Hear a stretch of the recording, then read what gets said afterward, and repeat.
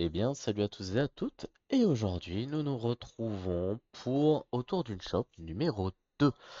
Alors, il y a pas mal de choses à voir ensemble aujourd'hui, que ce soit pour la chaîne et sur l'actualité jeu de rôle qui concerne de près ou de loin soit la chaîne, soit moi par rapport au plaisir que j'en dégage sur certaines licences.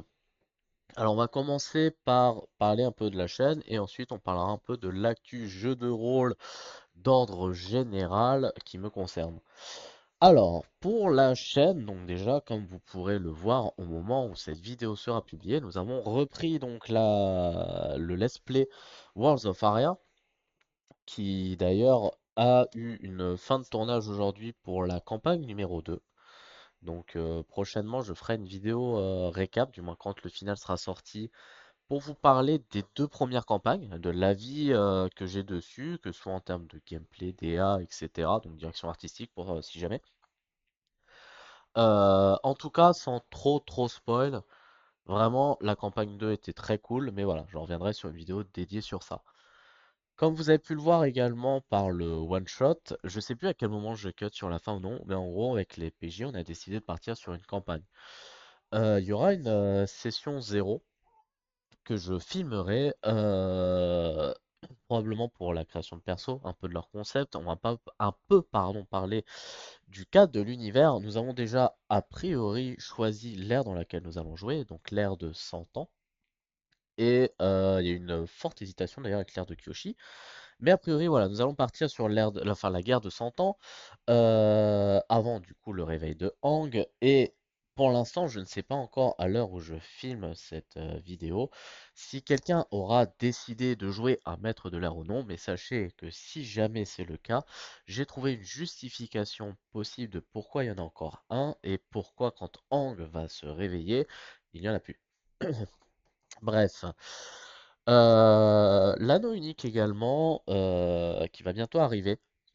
Si je dis pas de bêtises, je crois que nous avons notre première session le 9. On a fait la session 0, je l'ai pas record tout simplement parce que je voulais un peu vous garder aussi la surprise de qu'est-ce qui va se passer. Globalement, on va faire sur un settings autour de Tarbad. Et petit teasing qui vous fera plaisir ou non, je ne sais pas.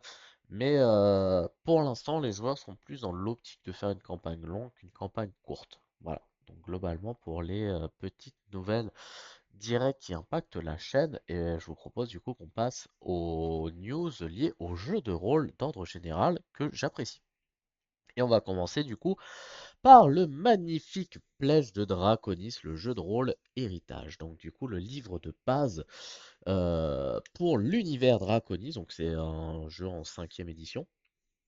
Donc c'est un DN, enfin D&D, un cinquième édition feel good, pas forcément pacifique parce que, enfin, il y a des combats mais pas à mort et c'est pas centré autour de ça. Donc pour l'instant le Kickstarter hein, se porte très bien. Sur l'objectif de 3000 euros, ils en sont à 144 000 euros, on peut même dire presque 145 000. Clairement, le projet donne envie. J'avais eu le Let Pledge du coup sur l'appel de l'aventure, donc c'était le pledge précédent pour faire découvrir l'univers à travers une campagne initiatique. Vraiment, c'était très cool. Malheureusement, j'ai pas pu pledge, faute de moyens là. Je pense que j'attendrai le Let Pledge, mais en tout cas, l'univers est vraiment sympa. Pour quelqu'un qui aime vraiment le RP, les interactions avec le monde, explorer, etc. Je trouve que c'est très bien géré pour de la 5E, si je puis dire. Alors d'ailleurs, je sais même pas si vous avez entendu mute off. Bref, en tout cas, c'est très bien géré pour de la 5E. Moi de base, je suis pas un grand fan de Donjons et Dragons, donc là vous allez me taper dessus, et je suis pas très fan du système. Cependant, Draconis m'a fait apprendre à apprécier le système et même à me faire apprécier Donjons et Dragons, ce qui est assez paradoxal puisque ça joue pas pareil, mais en tout cas, du coup, ça m'a donné envie de regarder. Donc, il y a plusieurs contreparties allant, si je dis pas de bêtises, de 45 euros à 400 euros. Donc, 400 euros, vous avez aussi la gamme Dragon qui est le D&D version français du studio Agathe. Et bien évidemment, après, vous avez tout ce qui est en lien avec Draconis. Euh, le pack est vraiment très très beau, hein. La boîte, alors bon, là, c'est un dessin, mais globalement, pour avoir le même style de boîte sur l'appel de l'aventure, je peux vous dire qu'elle est vraiment très très quali. Bah voilà, c'est cette boîte-là que j'ai. Et je regrette pas de m'être lancé dans ce jeu de rôle. Et c'est pour ça que j'ai très très hâte au moment des Let Pledge de pouvoir saisir l'opportunité de l'avoir. Voilà, là j'avais mal anticipé le budget, etc. Donc c'était un peu problématique, mais au moins maintenant ce sera mieux pour dans le futur. Donc au niveau des contreparties débloquées actuellement, nous avons bon des scénarios en plus, nous avons des cartes de sort, une carte collector, les plans de Dranky, bon, un concours crée un compagnon draconique, d'ailleurs là actuellement il est finaliste. Il y a un scénario en plus dans le kit de démo, enfin bref, et à mon avis il y a encore beaucoup de choses. Le pledge se termine, si je dis pas de bêtises, est-ce que c'est marqué dessus? Je ne le vois pas, mais en gros, je crois, si je dis pas de bêtises, que c'est au 7 novembre. Pour une livraison, alors, livraison a priori, hein, on sait jamais, du 7 novembre, de juin 2025. À savoir que les PDF, je crois qu'ils ont annoncé ça pour fin d'année 2024, voilà, globalement. Donc ça, c'était pour Draconis. Si jamais vous voulez retrouver le lien du pledge, je vous le mettrai dans la description de la vidéo.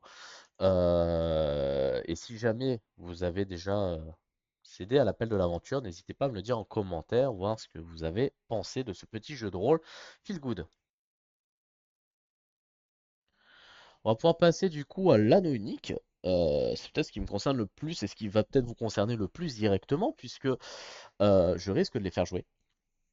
Est-ce que je le filmerai toutes les parties? Je ne sais pas, mais en tout cas, nous allons avoir pour la première fois en V2, si on ne compte pas le kit de démarrage, enfin le kit d'initiation, des scénarios pour la V2. Donc l'anneau unique récit des terres solitaires qui doit sortir fin novembre. Je crois avoir vu passer le 30 novembre, mais voilà, à prendre avec des pincettes. Du coup, ça va être un recueil avec, je crois qu'il y avait 6 ou 9, je sais plus si c'est marqué. Je le vois pas marqué, mais en tout cas, voilà, je crois, voilà, 6 aventures, pardon. Donc il va y avoir 6 aventures pour l'anneau unique, donc c'est vraiment cool parce qu'en termes de scénario, actuellement, on n'avait pas grand-chose, ce qui forçait les MJ à soit prendre de la V1 et convertir, soit créer directement les scénarios, ce qui est parfois pas plus mal, mais je peux comprendre que quand on est un MJ entre guillemets débutant, on a besoin d'une base, ou même sans parler de MJ débutant, si on est nouveau dans l'univers de l'anneau unique, je peux comprendre qu'on a besoin de scénarios pour nous driver un peu. Moi-même, je sais que pendant un long moment, et même encore maintenant, ce qui me paralyse un peu sur le jeu, c'est justement la peur de me tromper, dans le sens où je suis pas grand spécialiste dans le lore, ni rien.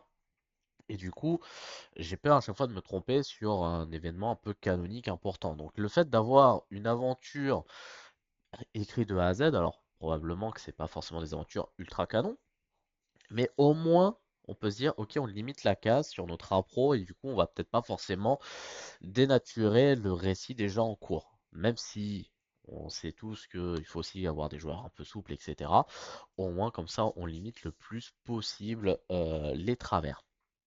Donc globalement, je vous ai pris sur Philibert, j'ai pas de lien titré à eux, c'est juste que c'est dessus que j'avais vu la date en premier, donc vous pourrez retrouver ce supplément pour 39,99, donc 40 euros quoi. Et franchement, j'ai très très hâte, surtout que, alors vous allez voir un peu ici, j'aime beaucoup la direction artistique des bouquins. Globalement, elle suit tout ça pour ceux qui l'ont pas encore lu ou qui hésitent. Vraiment, ce style un peu crayonné sur les dessins, etc. Je trouve ça sublime. Et même en soi, sur l'aération des textes, etc. Je trouve ça vraiment top à lire. De base, je fais beaucoup de jeux de rôle, mais je n'aime pas lire. Et clairement, sur cette gamme-là, c'est passé assez simplement. Surtout que, alors. C'est à prendre avec des pincettes parce que du coup, comme c'est pas sorti encore, je n'ai pas eu la possibilité de le confirmer. Mais je sais que jusqu'ici, que ce soit sur le livre de base ou les ruines perdues, le ruine du royaume perdu, pardon, il y a un code de PDF à l'intérieur. Ce qui fait que pour l'anneau unique, c'est actuellement à ma connaissance le seul jeu de rôle que je connais. Que quand vous achetez le bouquin, vous achetez le PDF également avec. Et ça, vraiment, je trouve ça super top. Et enfin, on va pouvoir parler de la dernière news, Chroniques oubliées V2. Alors, il va y avoir un nouveau pledge qui va avoir, j'ai beaucoup de choses à dire dessus. Déjà, Chroniques oubliées, pour la petite anecdote, c'est un peu ce qui m'a amené petit à petit sur la cinquième édition, en fait au D20 d'ordre général. Parce que quand j'ai commencé le jeu de rôle, donc j'ai commencé avec Area, et je voulais un truc un peu plus dans l'action, et du coup je voulais pas commencer D&D, parce que D&D me paraissait être un mastodonte, et donc je me suis dirigé vers Chroniques oubliées Fantasy, qui a été un très bon coup de cœur. Vraiment, j'ai beaucoup apprécié ça. Et du coup, j'ai joué pas mal de fois. J'ai fait jouer deux, trois fois les disparus de Clerval. Et prochainement, on doit refaire une session du disparu de Clerval. Et si avec le groupe ça passe bien, on fera sûrement Vengeance. Ensuite, il y a eu du coup l'annonce de la V2. La V2 que j'ai pas pu pledge parce qu'à ce moment-là, voilà, j'avais pas les finances pour. Et je restais assez mitigé sur le coup, surtout que j'avais cru entendre sur des interviews que le livre de base sera mis à disposition en PDF gratuitement. J'attends de voir si ça va être vrai ou si c'était juste pour faire de la bonne pub, bref. J'ai quand même réussi avec le temps à, voilà, à mettre la main sur les ressources en payant. Euh, et pour l'instant, j'ai pas eu le temps de les étudier. Ça, c'est, voilà, je vais être transparent avec vous. Mais des retours que j'ai eu, donc ça confirme un peu ce que j'ai dit, enfin, ce que je pensais de base. Outre le fait que c'est pour tirer de l'argent, c'est qu'il y a très peu de modifications. Bref, ensuite, du coup, globalement, sur le projet, même si j'ai pas financé dessus, j'ai un peu suivi, de le près ou de loin. Et donc, il s'avère qu'actuellement, alors hormis pour ceux qui ont été à Octogone et que du coup ils ont pu mettre la main sur les livres en avant-première, donc déjà ça a fait beaucoup râler que comme quoi que quand on pledge, on n'a pas forcément les ressources avant les autres, si je puis dire. Mais surtout ce qui fait râler, et ça c'est un truc qui m'a un peu trigger à l'époque pour Draconis, sauf que eux ils ont eu l'intelligence de delay le truc, c'est que les joueurs n'ont pas encore reçu le livre qui vont déjà sortir un nouveau pledge. Et ça, je trouve que c'est une pratique très limite. Je vais m'expliquer un peu pourquoi. Je vais reprendre le cas par exemple sur Draconis. À l'époque, du coup, quand on a pris le Let's Pledge, etc., il devait y avoir la sortie justement du pledge que je vous ai montré. Le truc, c'est qu'il y a eu quelques joueurs qui ont râlé, à juste titre, c'est que sortir un pledge de livre de base avant même de qu'on reçoit le premier pledge, c'est un peu compliqué, puisque bah, du coup, on ne sait pas si l'univers va nous plaire. Studio Agathe ont réfléchi et se sont dit, ok, très bien, on vous écoute, on va reporter ça, et au final, ça a été reporté de presque, bah, il y a eu la pause de l'été, donc 3 4 mois, facile. Et c'est tant mieux, ça nous a permis de découvrir Draconis, l'appel de l'aventure, et du coup, de donner à ceux qui avaient les moyens, la possibilité de se dire, ok, l'appel de l'aventure m'a plu, je vais pouvoir play ça, parce que j'ai testé. Et ça, c'est très bien. Studio Agathe, sur ça, a vraiment régalé les joueurs. Black Book Edition, eux, ils sont faits. Bah, les joueurs, ils n'ont pas reçu encore Chroniques oubliées V2. Ah, pas de souci. Sortons en même temps le pledge. Et ça, je trouve ça incroyablement ridicule. Alors, il y aura des gens qui vont l'acheter, puisqu'ils vont se dire, ah, c'est pas grave, j'aime bien la V1, je vais aimer la V2, forcément. Mais sur le papier, je trouve ça vraiment bête de pas laisser genre, allez, un mois d'écart entre, on va dire, le moment où tu as envoyé et le moment où tu vas sortir le nouveau pledge, histoire que les joueurs puissent découvrir déjà un peu la V2, ce qu'elle propose. Et outre le fait que je trouve malheureusement qu'en ce moment sur le jeu de rôle, il y a vraiment cette course à sortir des pledges presque tous les mois, ce qui en devient presque indigeste. Je trouve ça vraiment bloquant de pas savoir souffler un petit peu, de laisser les joueurs justement gagner un peu en hype sur ça et juste de les écrouler sur des pledges. Alors, après, je dis pas, hein, là, la news, c'est pas juste pour pousser un coup de gueule, c'est vrai qu'il va y avoir un bestiaire sur KOF. Jusqu'ici, je crois qu'on n'avait pas vraiment de bestiaire officiel, donc c'est vraiment top. Il va y avoir un settings urbain accompagné d'une campagne, donc ça peut être sympa. Surtout que là où moi j'avoue que ça peut m'intéresser, c'est qu'il y a une partie campagne policière et j'adore beaucoup, beaucoup les scénarios d'enquête. Donc ça peut m'attirer. Et bon après il va y avoir une autre campagne. Alors je crois que c'est une campagne, si je dis pas de bêtises, adaptée de Pathfinder. Pourquoi pas? Après tout, KOF a toujours dit on peut adapter du D&D et du Pathfinder à notre jeu. Pourquoi pas? Ça, c'est pas problématique. S'ils font bien la conversion et tout, c'est top. Pareil, ils ont gentiment proposé une conversion V1, V2. C'est top. Après, pour l'instant, les VTT, hormis Let's Roll, sinon je crois pas qu'il y en ait qui proposent sur la V2 actuellement quand je tourne la vidéo. Peut-être je peux me tromper, mais il me semble qu'il n'y a que Let's Roll et par défaut, vu que je travaille maintenant beaucoup sur Foundry, j'avoue que je vais attendre que le système soit sur Foundry avant de m'y intéresser plus que ça. En tout cas, j'espère que petit à petit, ils vont quand même apprendre à freiner un peu le rythme parce que là, je parle pour Chroniques oubliées, mais malheureusement, c'est Black Book d'ordre général qui fait souvent ça.